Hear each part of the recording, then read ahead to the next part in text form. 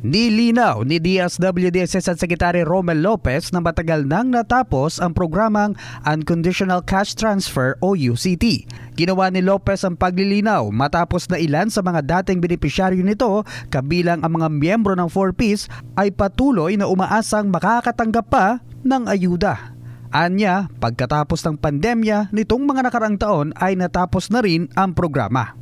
Yung UCT po natin, kagaya po ng naipaliwanag natin, tapos na po yun. Ang ating pong Unconditional Cash Transfer Program ay tapos na po yun. Right after pandemic, tama Joy, tama di ba?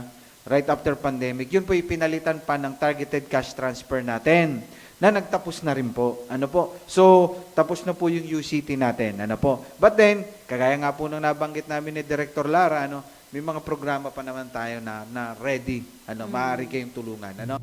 Ang UCT program ay ang pinakamalaking tax reform mitigation program sa ilalim ng Train Law. Layo nitong mabigyan ng cash assistance o ayuda ang mga mahihirap na pamilya para matulungan silang makayanan ang epekto ng Train Law.